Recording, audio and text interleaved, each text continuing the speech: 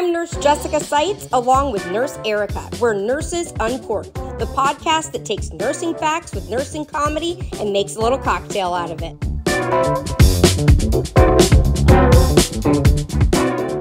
Hello, everybody. Welcome back to Nurses Uncorked, the podcast that I can't believe that now we're almost on episode 23 now, which is crazy to me. Look at us go. And we haven't missed one Tuesday, not a one. Come rain, now you're jinxing us. Illness. I know, right? Something's going to happen. We've been here every Tuesday. So welcome back to Nurses Uncorked. I'm Nurse Jessica Seitz, along with Nurse Erica. And today we have a nurse from Sweden, Dankeschön. I don't even think that's Swedish. I don't know. It's German, I think. But yeah.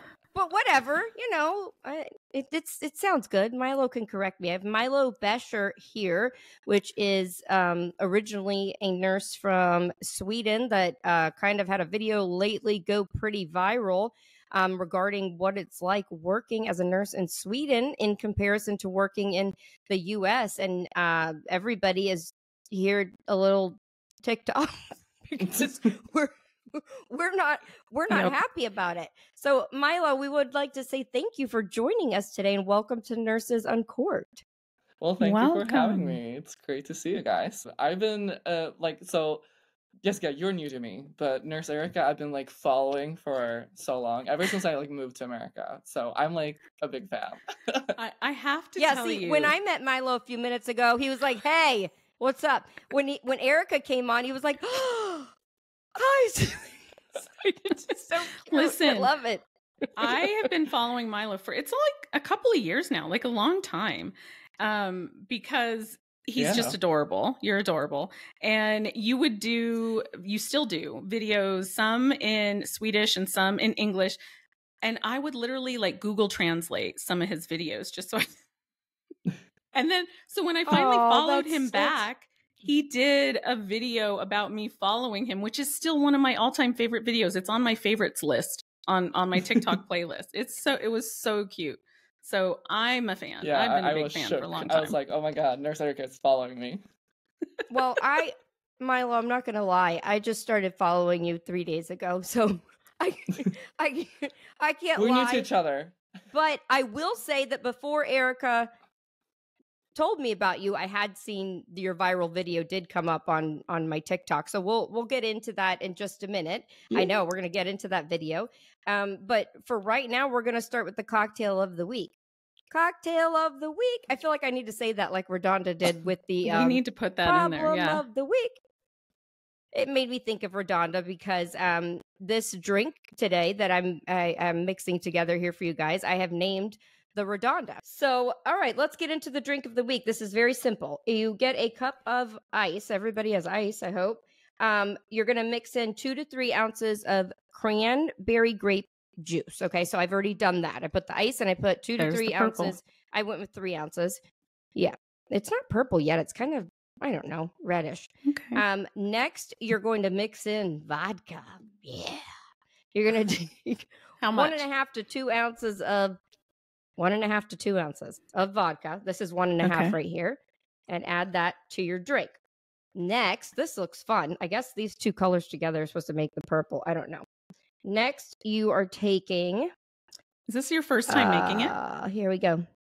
Yeah, I'm making it right now. I've never had it. 1 ounce of blue, I know I'm going to say this wrong, Caraco liquor. 1 ounce of blue Caraco, but it's blue. Look no at this. idea. I mean, it is. Don't laugh at me. I have no These idea are medicine what it is. cups. Does it smell good? Then what that's is it? how I'm. That's how nurses take shots from med cups. I know. Isn't that sad? I'm like, I can it's hilarious. Figure out the ounces from this. Okay. So you add your blue Caraco syrup, whatever that is. I had trouble finding that. And then a splash of grenadine. All right. Just a little splash. This will be my first time trying it, but it seemed like it was going to be good. And then you give it a swirl and you give it a taste. And here is Let's see it.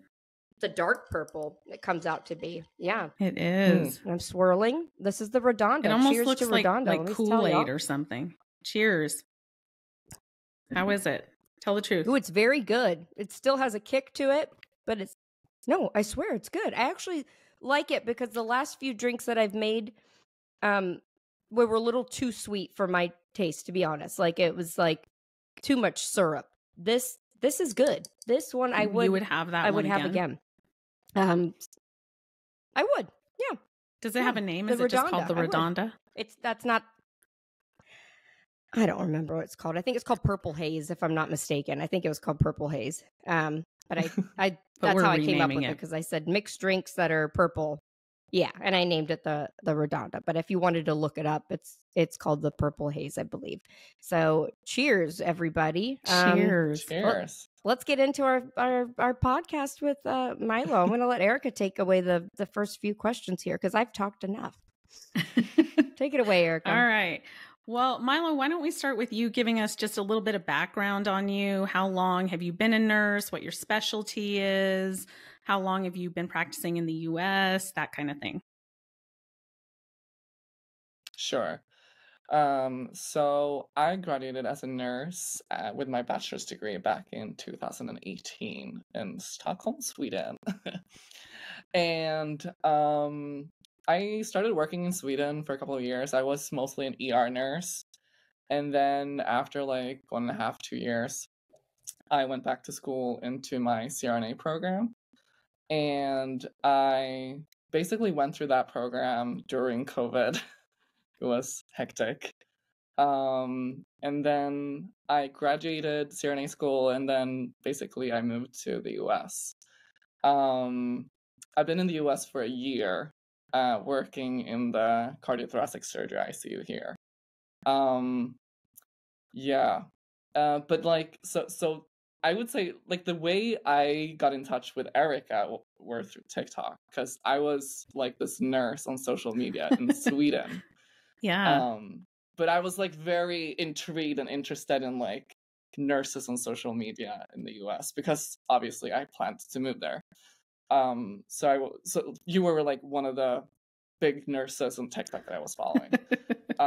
And what I loved about you, Erica, was that you were doing this advocate thing, that you were advocating for nurses about, unions and safe staffing, etc.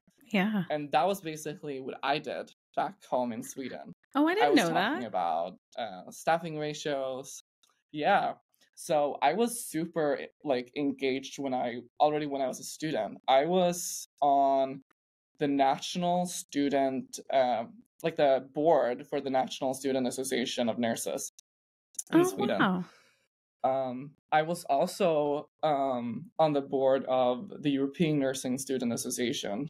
And look at you. I was like, I was putting my fingers in every little bottle I could because I was like, wanted to do something to change. I was involved. Yeah. I wanted feel to like change Milo has nursing. a very high IQ for some reason. If I had how many languages do you speak, Milo? I speak Swedish and English fluently. Obviously, with a little, my English isn't the best, but no, it's perfect. It's perfect. You have literally no accent. It's so good. I think of that every time I watch one of your videos. How well you have perfected the English accent. Like it's good. You should be proud of yourself. Thank you. You should be able to read the Swedish comments that are like, "Oh, he's not good at English. He's not good in this." And what? I think he's amazing. I mean, like I speak Spanish, but if I were to go on a Spanish speaking podcast, I would probably lose my ever loving mind. Like I would be like trying to translate and slow down. Like I'm not that. It takes me a minute sometimes to like really process what they're saying before I can answer. But like I mean, I'm sure you get that. Like you think probably in your native language that you're most comfortable with, and then but I guess more and more time it's easier to just kind of go back and forth, I would think. But yeah, I would say like when I moved here, then I was like thinking in Swedish, translating it, and I had this little delay. Yeah. A year in now, I feel like I'm starting to think more and more in English. So this tiny delay I'm trying to delete it and remove it. But what about the math, like the metric system being different? How has that been for you? Yeah, crazy. I've been lucky though that the charting system Epic, it's in centimeters, it's in Celsius, it's True. in kilos. So I've been very fortunate about that. But like calling a milliliter a cc, I was like, what's a cc? Yeah.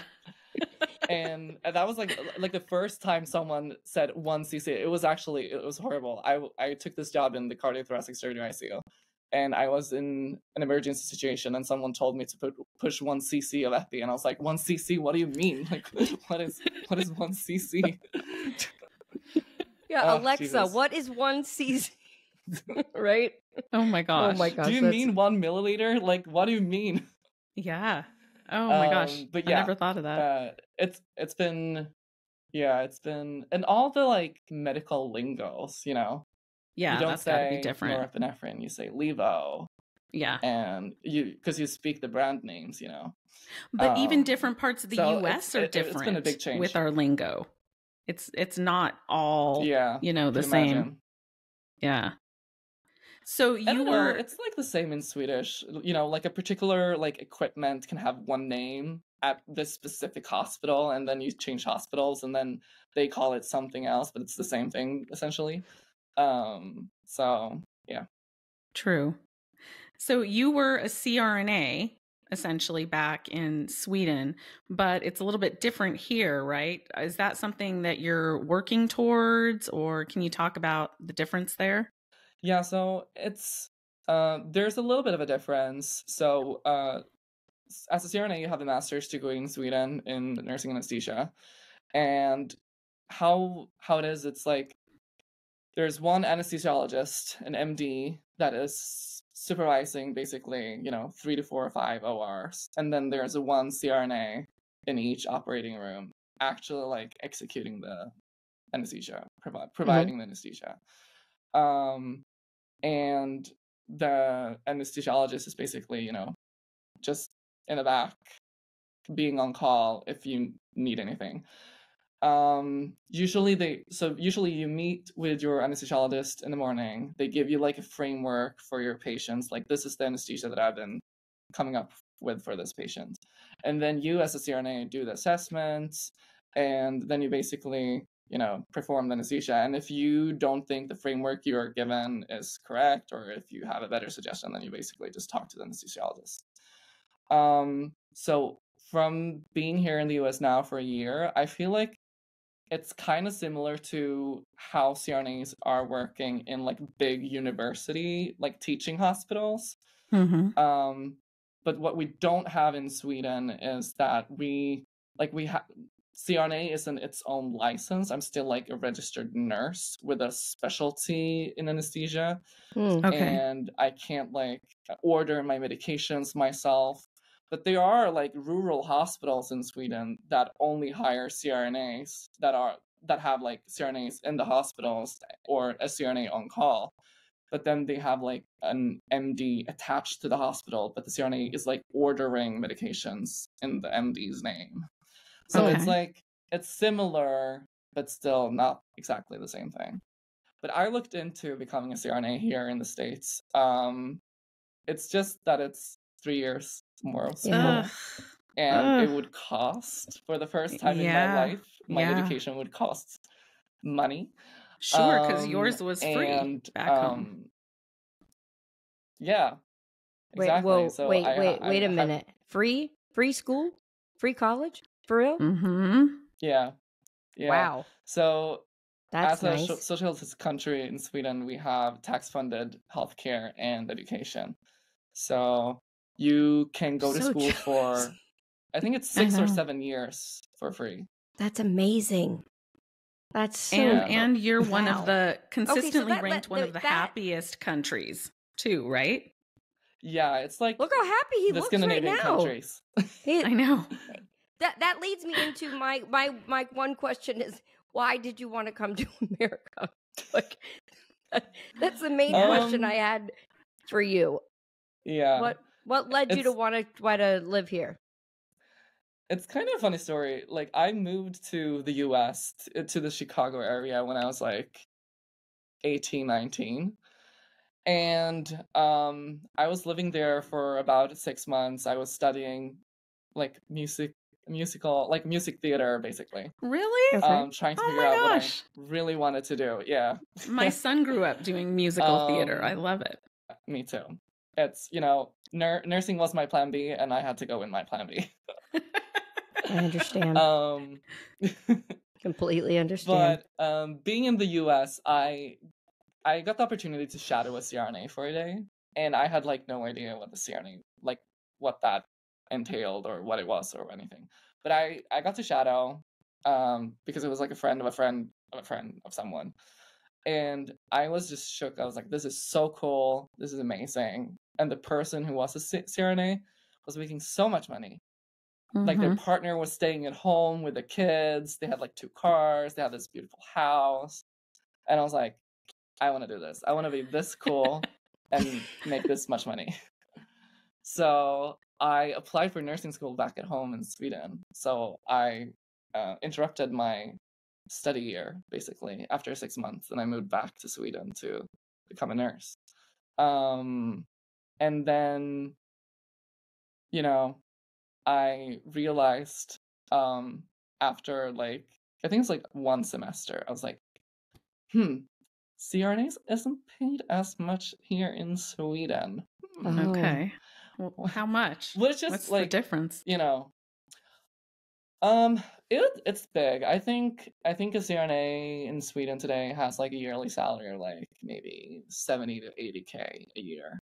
Okay. Yeah, they make a lot. CRNAs make a lot. Like here. The entry salaries in New York is like $250 for a CRNA.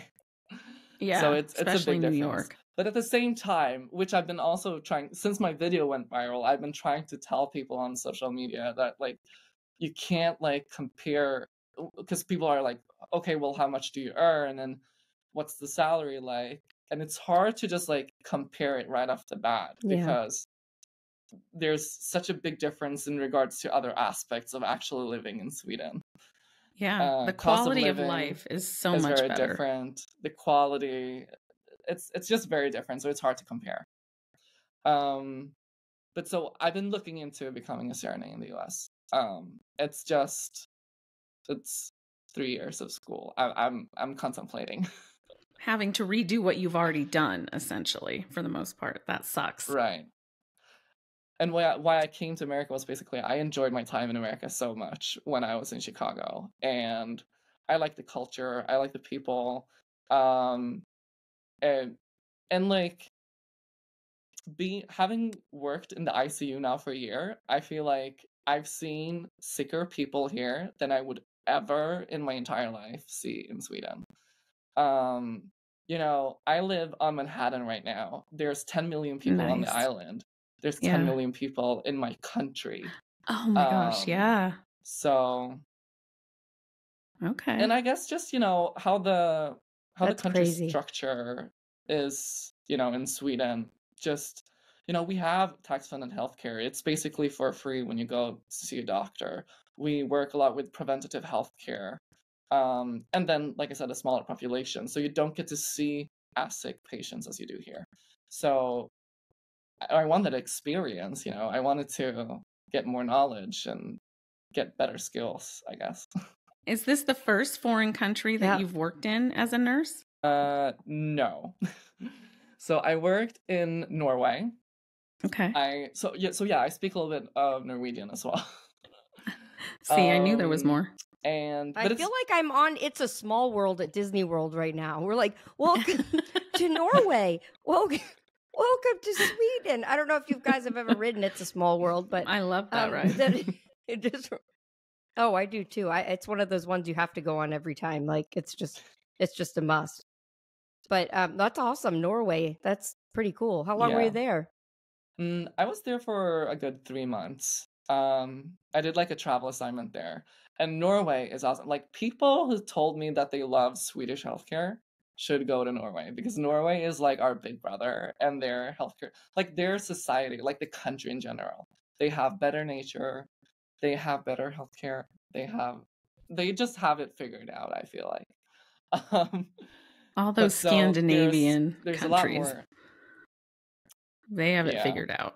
And all of us, are topping the list of being the happiest country in the world. Like Denmark, Finland, Sweden, Norway.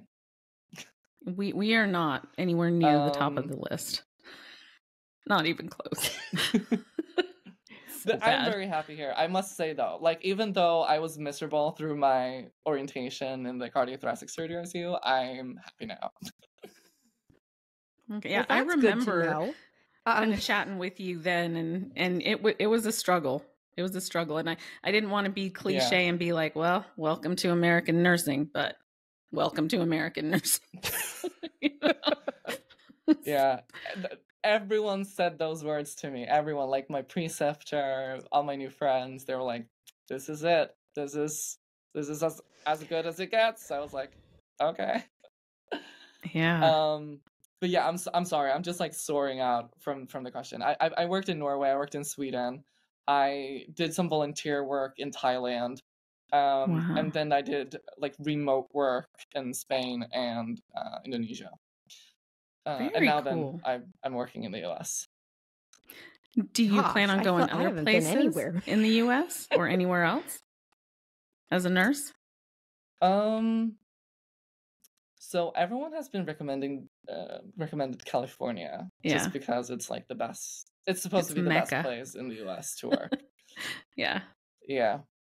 So I've been looking into it, but for now I feel like I need to chill out a little bit because I've been moving around so much. Yeah, and just enjoy. You're like, I need to just stay in one exactly. One spot for a little bit. So should we have him tell us a little bit about this viral video for people that don't know what it haven't was? Seen it? Yeah, tell us about it. So I was back home for 2 months finishing another degree. So I had to do like clinical hours in the ICU in Sweden. And I was in basically 5, 6, 7 different ICUs throughout the Stockholm area. And I was like, because when I've been describing how it is working as a nurse to all my colleagues here in New York, they've been, having their jaw to the floor, being like, that sounds like nurse heaven. Mm-hmm. Like, what is this? What are you doing here? Go back home. Right. So I just thought when I was home, let's make a video so they can see how it is. So I made this video how it is working as an RN in Sweden. I was showing our hospital, obviously, and then I was talking about our staffing ratios in the ICU, where 1 RN per 2 patients with a personal designated CNA for those particular 2 patients. Your own CNA. Your own CNA, yeah. So the CNA isn't assigned to multiple nurses, just you. No, just That's me. Amazing. Yeah, and that's how it is throughout our healthcare systems. So if you're working on like a med surg floor, let's say you have between 5 and 7 patients, then you have 5 and 7 patients as the RN, but you will have a designated CNA for those patients. Amazing. I can't even imagine that. Mind blowing. And it sounds like they have a bigger scope of practice, the CNAs in Sweden, it seems like. They do. From what I've seen, though, like we don't use CNAs or patient takes that much in the ICU that I'm in currently. But from what I've seen, they do have, especially in the ICU in Sweden, they do have a broader scope of practice. But yeah, so just having, a teammate to work with throughout your shifts every single day, taking care of your patients, is making the job so much more like fun and culpable or whatever. Yeah. Like, it's like, and also I would say like the RN role is a little bit different from here in the States. How so? This is, however, only from my experience. I've only been in 1 ICU in New York, so I don't have that much experience in the US. But the RN in Sweden is more like a supervisor, like have a supervising role. Let's say you have these 5, 7 patients, and then you are responsible for their advanced nursing care and their medical treatment to actually perform the medical treatments with all the medications and stuff. But the CNAs, their job is to take the vitals, give them food, help them clean themselves, etc. And then they report to you as the RN, like, this patient Smith, they just had 30 mLs of urine this hour. So you are alerted, and then you can go to the chart and look like, okay, do I need to contact the doctor, or what could I do myself before I do that? While here, where I work right now, I'll do it all. I'll empty the Foleys, I clean them, I'll do oral care, I'll turn them, I chart it, I'll give them meds. So I'll do it all. But in Sweden, it's more like, I'll do the advanced nursing, and then I supervise the basic nursing, basically. It sounds like you're permitted the opportunity to function at the top of your license, the top of your scope of practice there. Exactly. Whereas in the US, we are so bogged down with having to turn the patients and the ADLs and all the other stuff because we don't have a CNA, or the CNA is like for the entire unit, So that sounds like a dream to me. Yeah, it's truly. I've been shocked because Sweden's like nursing in Sweden, how we give nursing is actually worlds better than the US, honestly. I'm sure. I will give you an example so you can trust my word. So let's say you have a relative that gets admitted into the ICU, and you go there because you want to visit whoever that got admitted into the ICU. So when you get to the ICU, then a nurse will greet you. You will sit down in a little private room first. You will get a question like, have you been in the ICU before? Do you know what has happened? And then you will get a rundown. This is what happened. This is what the patient will look like. This is what you will see in the room. You prepare them. So you can prepare them. And then you will walk them into the room, and then you will explain what it is they're seeing. And if a lot is going on, then the CNA will take the conversation with the person that is visiting. But so you'll never alone with visitors, But here, and where I work in the cardiothoracic surgery ICU, they roll up from the OR. 10 minutes later, they throw in family that never been in the ICU. And then I'm supposed to stabilize the patient, chart about the patient, talk to the family about the patient. So the nursing aspect of, with communication and meeting people where they are at and what they know, and that's all so here. I imagine that must help to avoid so much conflict, though. Definitely. That sounds, it makes so much sense to hear that. Like, that sounds like, that's multiple conversations that Erica and I have had is like, I've been doing nursing for a long time, and there were days that it was more like this in the past. It was not quite as amazing as you described, but it was more like that. Like, now you have so much to chart and so much to do on your own as a nurse that you lose that ability to just communicate with the patient and their family member because of the pressure to keep up with all of the other stuff. And it's like that stuff gets a back seat to the stuff that you're going to get in trouble if you don't accomplish, obviously. And that's why I always say I miss the good old days of nursing.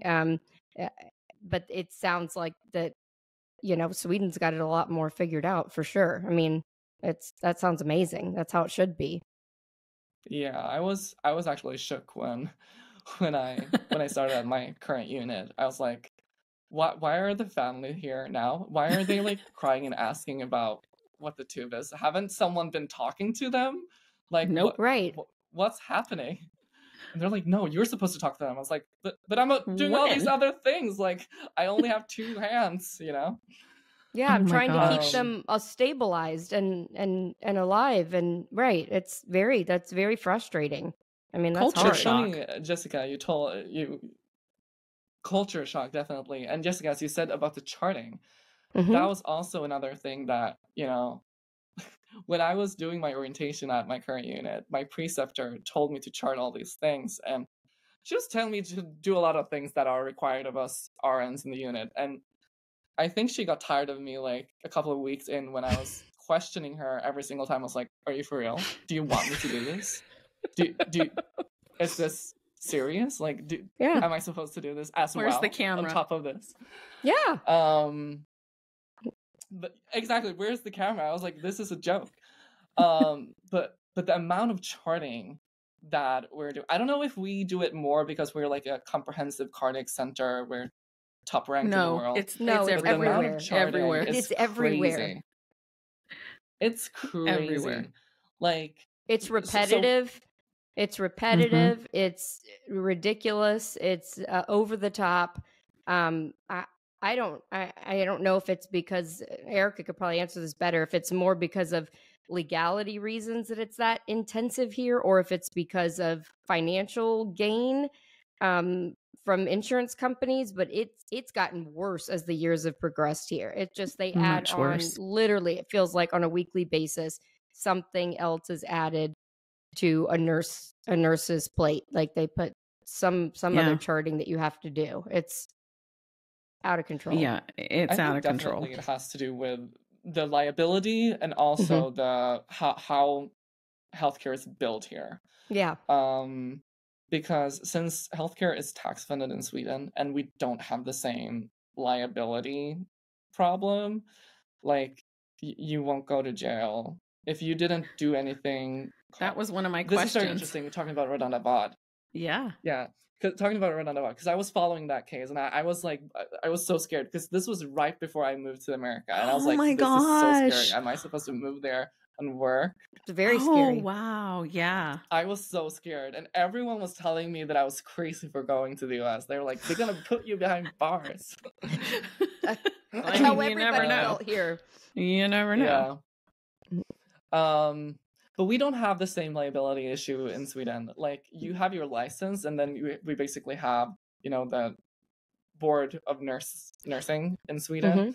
And if you would have to actively wanting to do harm to lose your license, and probably if you actively did something, then you would be criminally charged. But I actually did, when I was back home for 2 months now, recently in Sweden, I did a presentation of different working cultures, and with a blaming culture and a non-blaming culture and a just culture. And in Sweden, we are leaning towards a non-blaming culture more than even a just culture. We're leaning towards the non-blaming culture. That it's, it's the systems. It's always the system's fault. Yeah. Like, if you didn't actively wanted to do harm, then it's the system's fault. Like, it was not your fault. Exactly. And that's the truth of it. That is so important. That is the truth. And it used to be, Milo, it used to be a lot more like that here. Honestly, I started as a nurse in the year 2000, and that would have been a crazy thought to think of somebody being criminally charged, unless, like you're saying, you did have a malicious intent. But to accidentally make a sentinel event, but not out of malicious intent, just an accidental thing, you would have never thought that. You would have thought, I could lose my license and I may be done, but never would that have ever crossed somebody's mind. And now it's like that is becoming more and more of the norm. Which scares everybody. It scares us. It used to be that they would just do a root cause analysis. Yeah. Right. You got to protect yourself. CYA, that's what we call it here. Cover your ass. I mean, seriously. Yeah, because I would say, like, when I take an admission in the cardiac ICU, I would say out of 12 hours, I spend almost like 30-40% on charting. Like 30-40% of my time is charting. Yeah. Charting. And if I could free up like 4 or 5 hours that the charting is actually taking me, I could do so much more for the patient. And so that's also like one of those big differences in Sweden. So in Sweden, even if you work in the ICU, you chart your hourlies, obviously your ins and outs, what the medication is going at it, what kind of rate it is. But that's it. Like temperature, vitals going automatically in the system, and then ins and outs. That's it. And then you do one note each shift if something was abnormal. If One. something was abnormal. Wow. If Wow. if status quo with the patient and your assessment is as the previous nurse has charted it, and there's no change. Wait, so how many assessments are you charting in ICU that is per shift? amazing. One assessment. That's it? And then I chart. You don't have to redo it like every 2 hours? No? No. If something is changing, then I chart. So truly charting by exception. If something hasn't changed. Exactly. It's charting by exception. And obviously I assess the patient like every other hour or whatever, you know, the order is put in for. But I don't chart it if nothing changed. Why would I do that? It takes so much more time. You have to write so much sense. You guys have to chart like every detail, like MD at bedside, MD discussed, blah blah blah. Like, do you in Sweden have to get into those minute details? Physical therapy in the room, social worker here discussed. I like that's the level of how much. No, they are responsible for charting what they did. I'm responsible for charting what I did. See, we're taught here that you can't guarantee that somebody else is going to chart. Like, it's almost like you have to cover your butt that you saw somebody do something because you can't be responsible knowing for sure that they did that. Yeah. And but in Sweden, it's like, if they didn't do their job, it's on them. Like, I can chart what they did. They did it. I'm moving to Sweden. That's it. I'm done. So is there the whole mentality? So you can imagine working in the ICU. Sorry, is there the whole mentality of the nurse being the last line of defense, like it is here? Is that pushed, that narrative? That no matter how much the doctor messes up, the pharmacist, anyone that screws up an order, does anything wrong, that ultimately it falls on the nurse because we are the last line of defense. Nurses Why didn't we catch it or prevent it? Yep. Is that the same in Sweden? That's how it is in Sweden as well. Okay. Yep. That's it. Okay. So, yeah, if the doctor puts in an order that is very funky and we would just, perform it without questioning it, and it's, unreasonable, then it's on us. Okay. So that's the same. I would say that makes that. Yeah. I mean, that part makes sense. Yeah. Erica, we're going to do the nurse problem of the week right now. Problem of the week. All right. Here's an anonymous message that I received and Erica received as well. I'm reaching out for help or guidance about an internal contract. Basically, they have bait and switched us on our contract, and they are cutting our rate of pay by $15 an hour. That's a big difference. That's a lot. This was dropped like a bombshell. Most of us left external travel for this, and now we cannot travel externally with them for 12 months if we leave. They told us in our team meetings that they pay us less than external travelers. There are over 100 nurses affected, saving the company $2.8 million annually. We are outraged. We are not union. We're being pushed into a corner. I've already sought externally, but I feel like standing strong on this and contacting the media or our representatives. I want to do it right. Can you help? Yeah, let Erica get so it is a bait and switch because I'm mad illegal. Just hearing about it. Oh, yeah, and it's not isolated. This has been going on a lot, especially since as a nurse, COVID. What do you do if you don't have the union? If you don't have the union to help you, how do you collectively do something about it? That's the hard part. Class action Is there lawsuit. an answer for that, Erica? That's the answer. Class action lawsuit. That's the only way. They said there's 100 of them. You only need 2 or 3 to do a class action lawsuit. And a lot of attorneys will work on contingency for class action lawsuits because there's so many people affected that it usually, if they win, is a big payout. So a lot of attorneys will take it on contingency, meaning you don't have to pay them up front.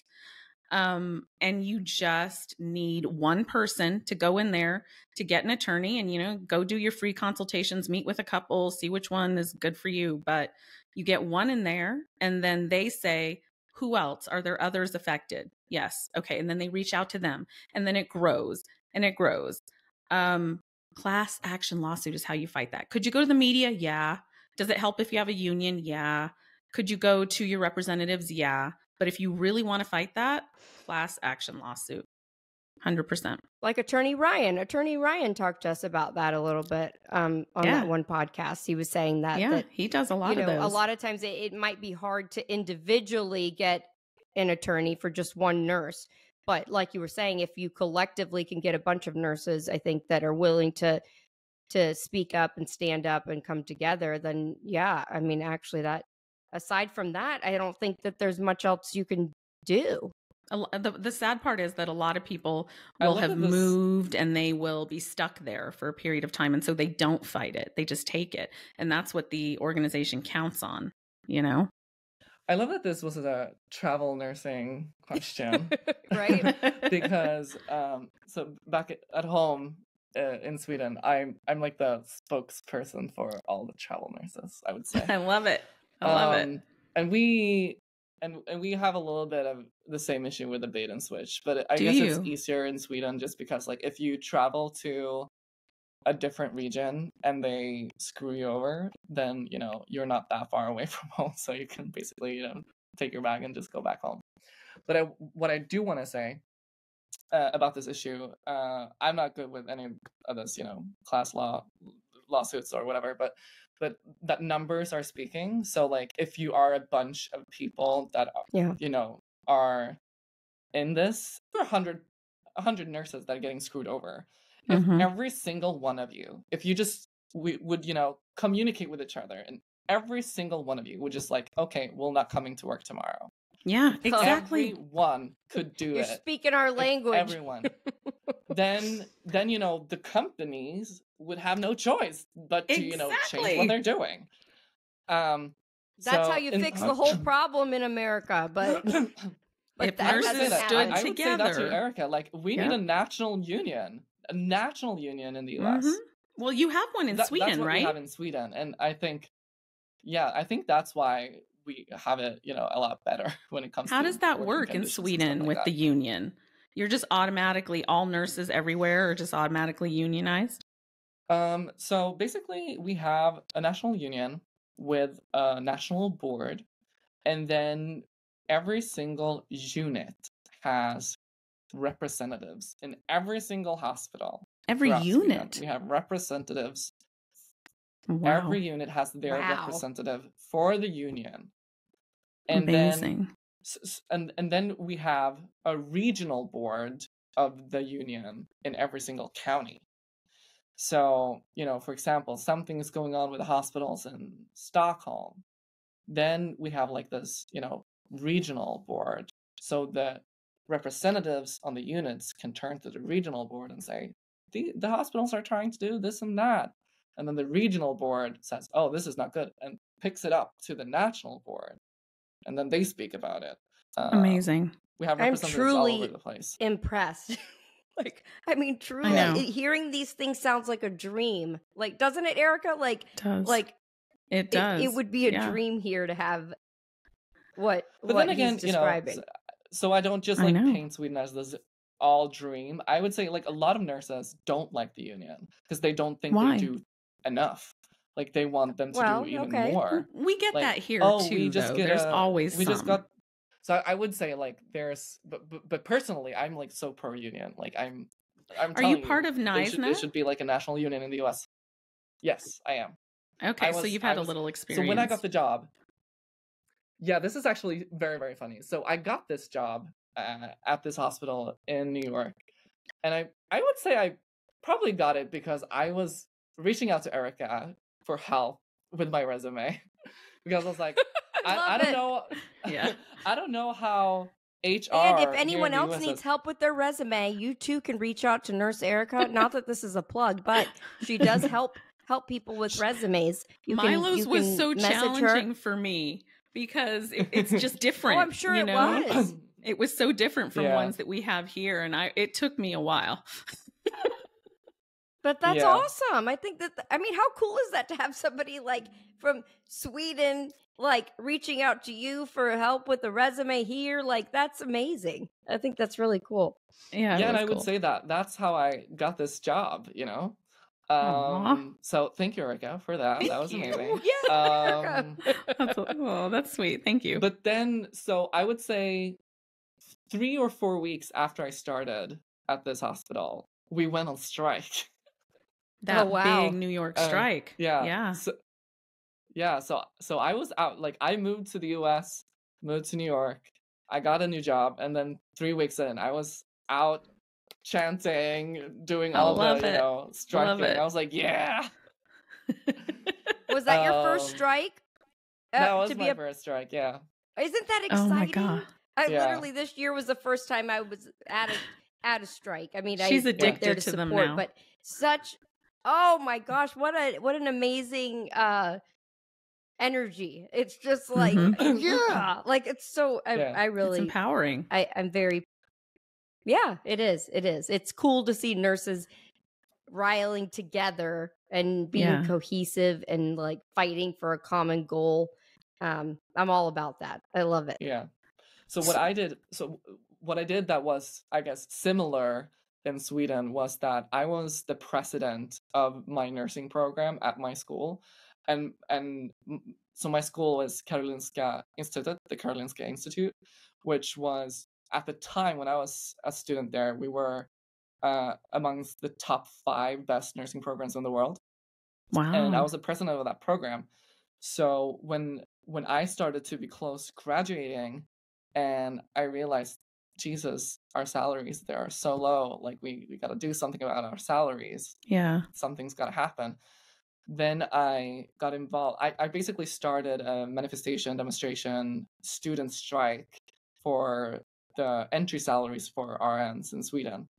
That's and it amazing. Spread to all the major cities in Sweden: Gothenburg, Malmö, Stockholm. So we wanted to basically, so in Sweden we talk salaries per month, like what's your salary per month? But here in you get paid once a month, right? Yeah, once a month, right? And here in That's the States so you talk hard yearly to budget. salaries instead. But basically the entry salary when I graduated for a nurse was like between 35 and 40K a year. Okay. So basically I did this thing where I, talked to every student at different schools throughout Sweden. I said, when we graduate, January 2018, everyone has to say no to not a penny below X amount of money. Because the hospitals, they need us. Yeah. We don't need them. We can go back to school. School is free. We can take another job. We don't need them. They will, if everyone says no to a salary below this amount, then the hospital needs to, just give it to us, right? Yeah. So that's what we did. And the major cities got our salary requirements. That is amazing. Look what you did. I had no idea. That's so cool. Yeah. Good job. We were out on the news, on the radio. We were everywhere. And I just, numbers speaks. As long as you're united collectively. And actually, exactly. Yeah. Exactly. Ugh. I hope nurses hear this here. I hope they do. They better, because we've been, especially you, Eric, have been preaching it for years now. Forever. If everybody would just do something together, yeah. But that's a tough one. Back to your viral video really quick. I've got a question. Yeah. So when I saw that video, I immediately was taken aback by the nurses' lounge.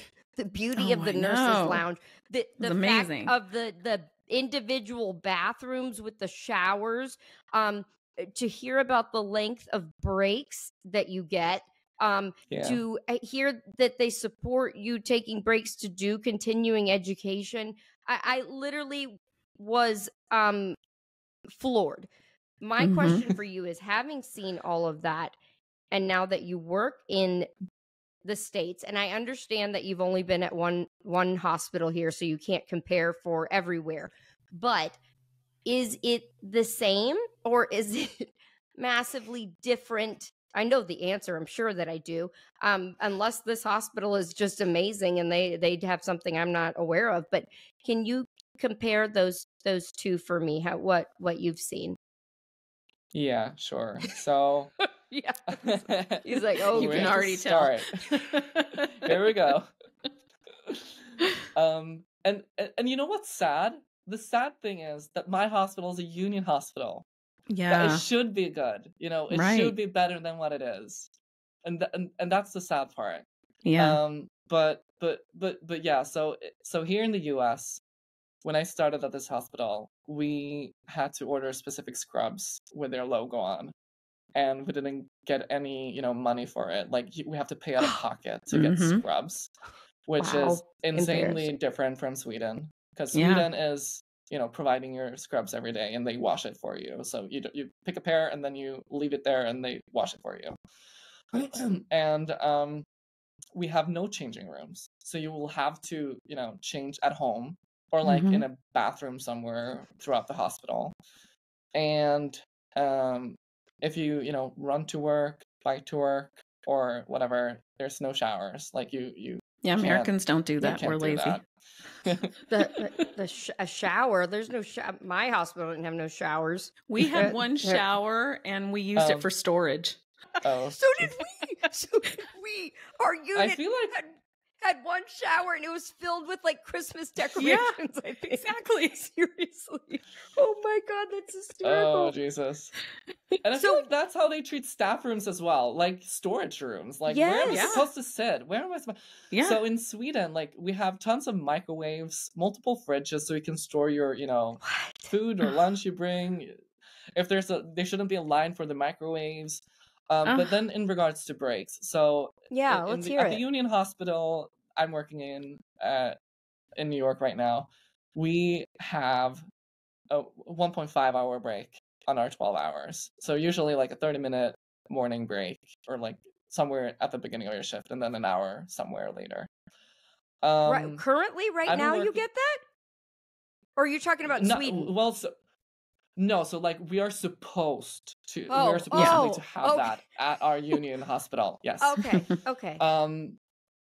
But I'm then- understanding now. I've been there almost a year, and I can probably count on my both hands how many breaks I've gotten. Okay, that makes throughout more sense. Yeah. the Okay. months, you know? I was about to have a Yeah. heart attack. I'm like, Yeah. they're doing it pretty good there. That makes no. sense. Okay. We just don't get breaks here. And in Sweden, you got your breaks.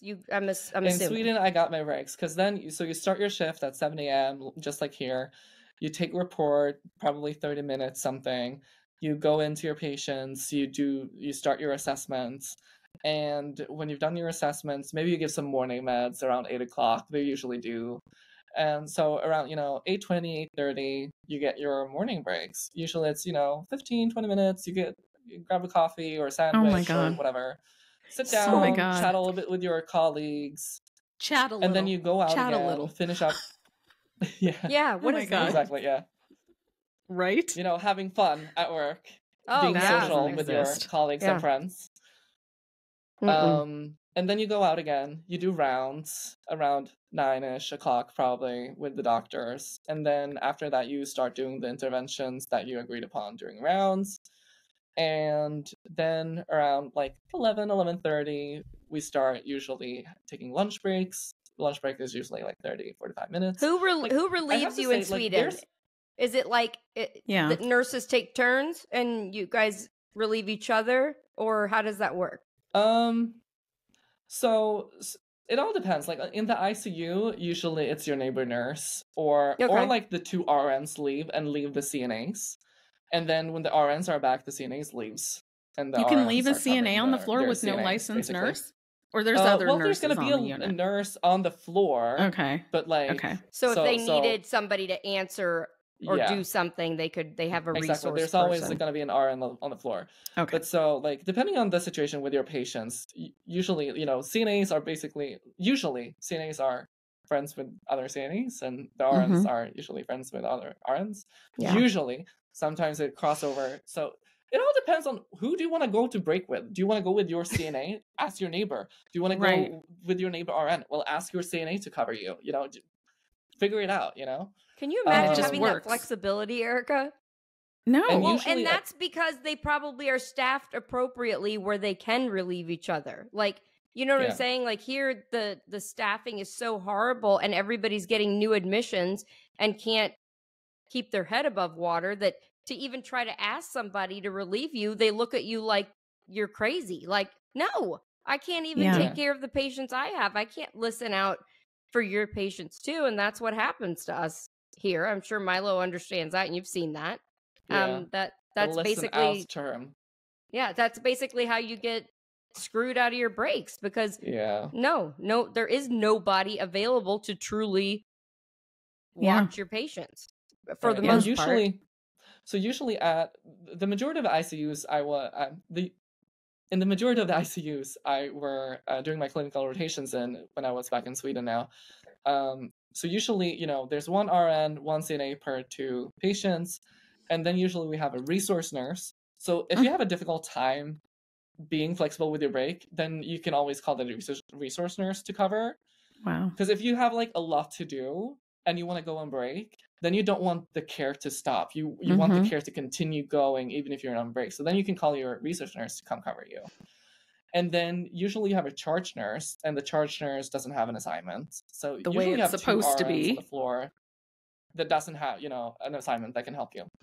Yeah. So you get the morning break 15, 20 minutes something, and then you get your lunch break, and then when you've given your report to the afternoon shift or like the evening shift, then you basically get your afternoon tea or like afternoon coffee and for 15-20 minutes, and then you do like maybe 1 or 2 last interventions with the patients, and then you're out of the hospital. So there's a lot of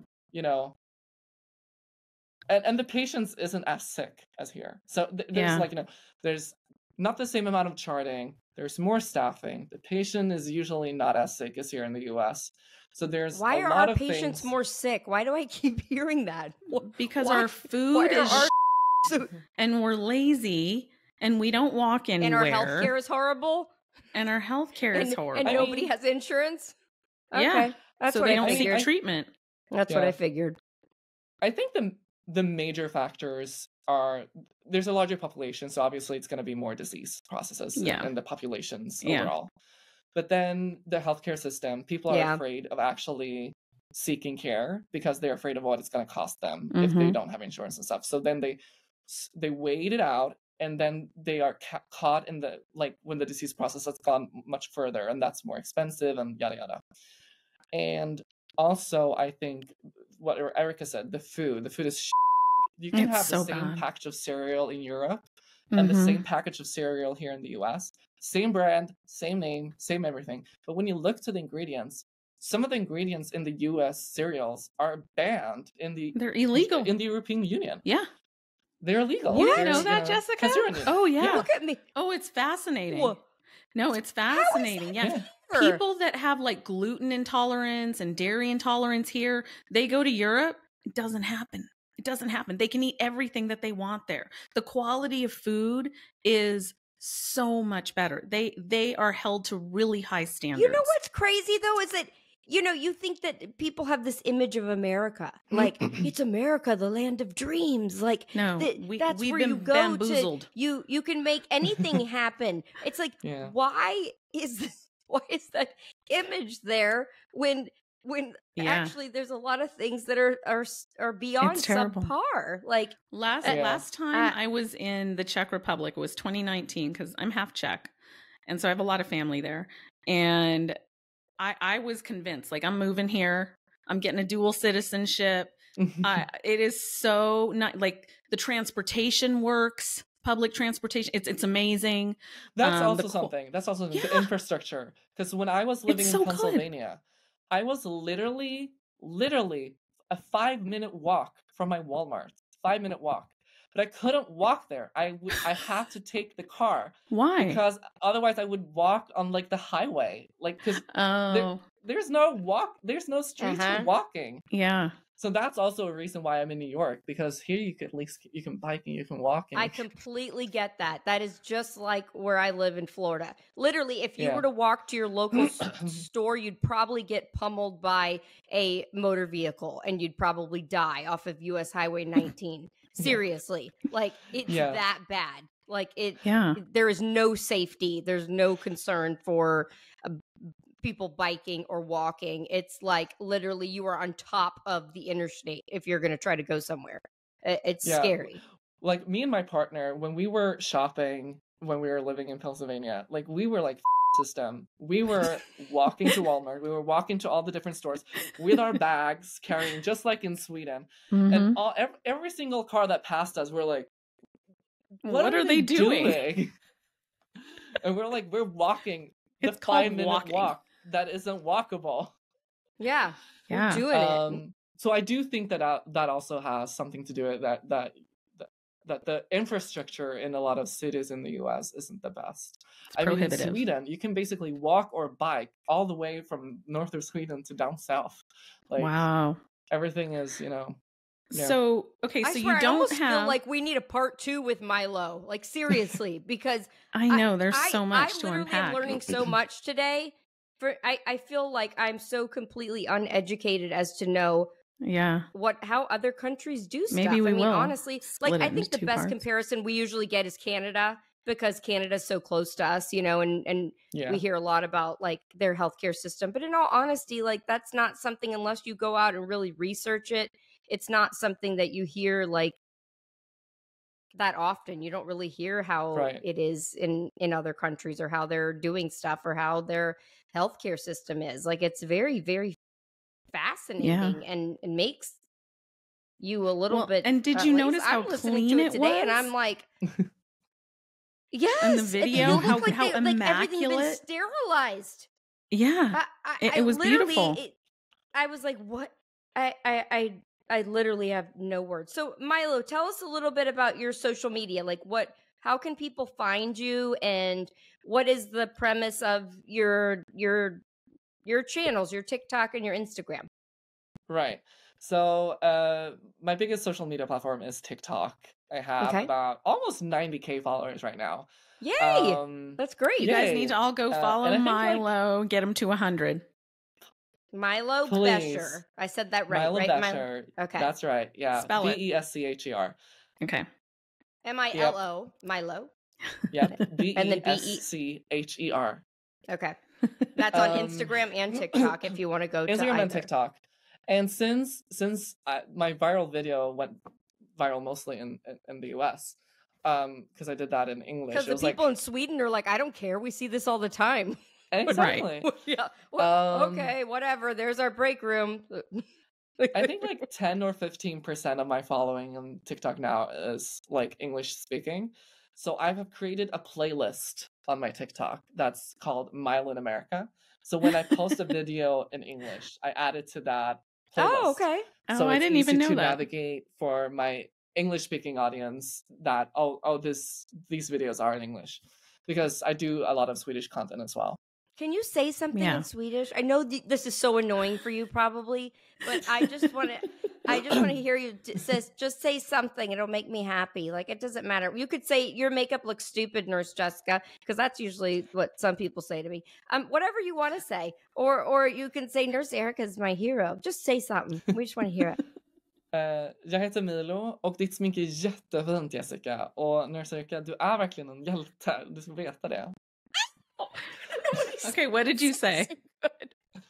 So I said, my name is Milo, and Jessica, your makeup, it looks nice. And Nurse Erica, so she's right, you are a superhero. Aw, that's so nice. Thank you. Okay. I love that. He could have said anything. I'd have been like, that's amazing. I know. He could have told us that we look like dirt. And like, I love it. Yeah, I just wanted to go down this short list.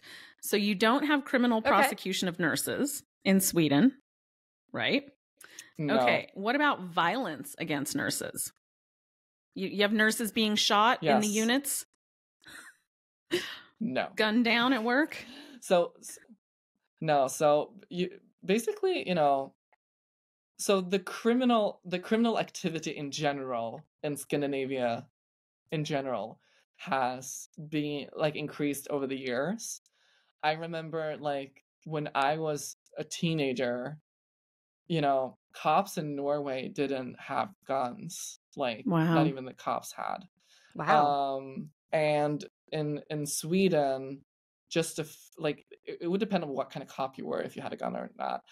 And over the years, we've been struggling with more and more like criminal activity in all of Scandinavia, basically.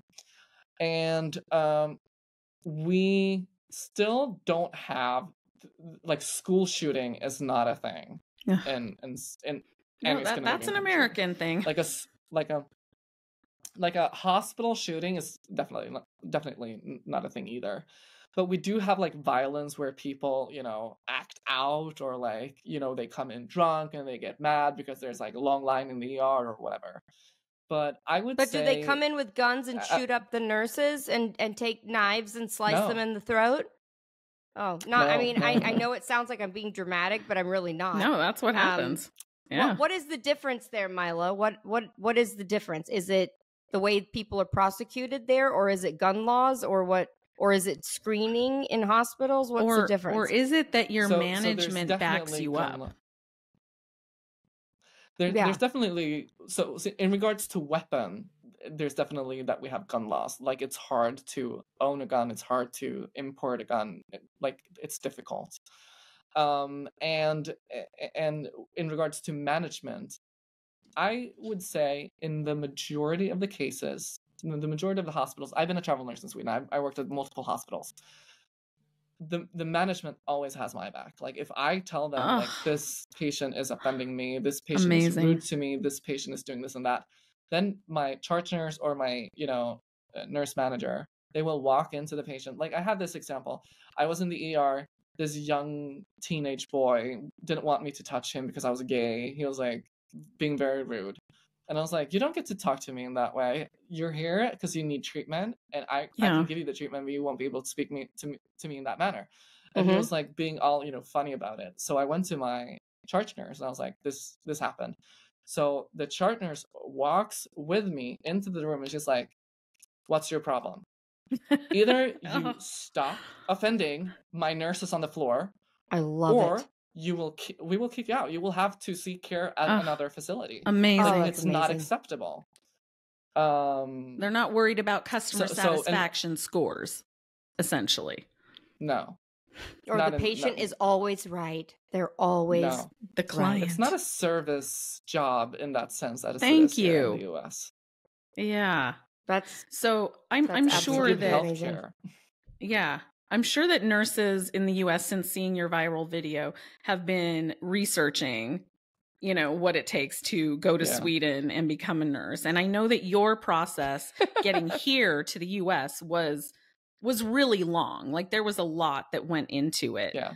But I'm sure that more people are looking into it. Can you speak to that a little bit? Yeah, sure. So basically, so the US degree, if you're a bachelor's nurse, basically, you know, you can apply it to any country in Europe.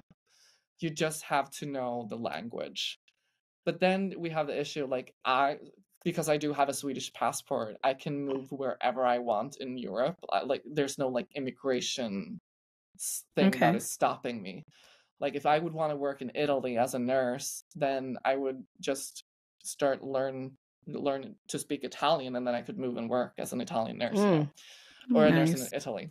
And that's also because the nursing education is standardized in Europe. Like, we get the same amount of clinical hours. It's very alike. And the US degree on a bachelor's level is the same as it is in all Scandinavian countries. Okay. So as long as you know the language, then you just have to look into, like, the immigration part. Like, and I do know that even though we have better staffing than the US, we think we are short-staffed. And we are in, like, you know, what nursing are painted to be in the books. Right, right. But so all Scandinavian countries are screaming for nurses. Like, we need nurses. So I know there's usually easier immigration processes to get into the countries because we need nurses. But you do have to know the language. Yeah. Oh, that's tough. I think there's going to be an uptick in people learning Swedish. Right? We're going to be, like, downloading. What is it? What is that book? Duolingo. We're all going to be downloading apps to learn Swedish. It's funny because I had a new friend that's a nurse here in New York, and she has Scandinavian roots, like her grandfather or something were from Norway. And when I talked about nursing in Sweden and Norway, she was like, "No way, you're kidding." And she doesn't know the language, but she knows that her parents has told her that she's able to get citizenship if she ever would want to. Yeah, I can for the Czech Republic. I've looked into it. Since we became friends, she's actually like looking into it now. She's like, Rosetta Stone. That's what I was trying to think of. Rosetta Stone. That's the one. That's the one that's always pushed here as the to learn a different language is Rosetta Stone. Yeah. Okay, that just came out of nowhere. I have no idea. But that's really cool. If she that's all she has to do then is just learn the language, and then she'd be set. Yep. Basically, yeah. All right. Speaking of enemas, guys, which we weren't talking about at all, but Nurse Erica posted an interesting TikTok this week that I was like, we need to do a Enema of the Week award about this TikTok. So, Erica, tell us the story and what you posted. Yeah. So in a classic example of gaslighting, allegedly Ascension Genesis in Michigan posted to all of their units on their huddle board, allegedly, this whole diatribe about how our stress and our happiness is not related to our circumstances at work. It's really more about the story that we tell ourselves. Let that sink in. So if I'm given twice as many patients as a nurse should have, and I have people bringing guns into work, and I'm threatened with criminal prosecution and losing my license, I should be able to somehow rise above that and just create this narrative in my mind, the story that I tell myself, and still be magically happy and at peace. Oh my God, this is crazy. Wow. Yeah. Wow. So basically take 7 more Prozac and and tell yourself an interesting story in your mind and pretend like that's what's happening. Exactly. But you're right. That is the most gaslighting thing I've ever heard in my life. Gaslighting 101. As if you can create another narrative in your brain that's going to take over what's really going on. I mean, come on. It's absolutely ridiculous. Absurd. Yeah. So that is very deserving of the Enema of the Week. They get the Enema of the Week award. Soap suds, the whole 9 yards with excruciating abdominal cramping pain. All of it. Soap suds, the fleets, some Go Lightly. Yep. Yeah, like just a combination NG, of the whole pump the Go Lightly. thing. Let's. Yeah. Because that's just stupid. But way to go, Ascension Hospital in where, Michigan? Is that what you said? Ascension Genesis in Michigan, allegedly. That's who comes up with this crap? Do you think they're at a meeting together and they're all like, let's feed them some more bullshit this week. What can you come up with, Rita? Yeah. I don't know. Let's tell them to create a story in their mind, and that will fix everything, right? Mm-hmm. I can't. I know. It's so, absurd. Milo, promise us you'll come back on a second episode, will you? We'd love to have you. Yeah, sure. Absolutely. This has been fun. Yeah. Thank you so much for coming on the podcast. Well, thank you for having me. I feel like you're like a friend I didn't know I had already. Like, it's very easy to talk to you. He's like a ray of sunshine, isn't he? He's adorable. I know. Like, even though you know that he's working in harder circumstances, he still is making the best of it, which is amazing. Like, seriously, you're living your life. And the fact you are that living your life. Chose to work here is I gotta give you a round of applause seriously for that. But maybe if we start showing people the differences and how things should be, maybe it will down the road somehow make a change. Maybe it'll push people to fight more for what we should have. If that was like the goal of my video, like really showing, especially my colleagues. I was like, this is what I'm having in Sweden, that I'm you know, leaving to come work with you guys here in New York. But look, this is how it could be. Well, Yeah, hey, it I think can you be should better. do more of those, honestly. Like, like seriously, you really should do more comparison videos, because like I told you earlier, I really don't think that the majority of nurses here really understand how things are in other countries, you know? And I mean, obviously somebody, I think like Erica probably is more educated than the majority of people. Like, we get stuck in our day-to-day lives, our day-to-day routines. We're doing what we have to do here to survive. And people just don't have time and don't really understand how things can be different. So, I mean, it definitely is extremely educational. And I think that you really could make a huge platform off of that, to be honest. So keep pushing that. Like, Keep and I don't opening mean that our obviously. eyes. I hope people don't take it in a sense. Yes, Yeah. open nurses' eyes to what things should be and how it could be. So Mhm. honestly, Definitely. thank you so much for coming on.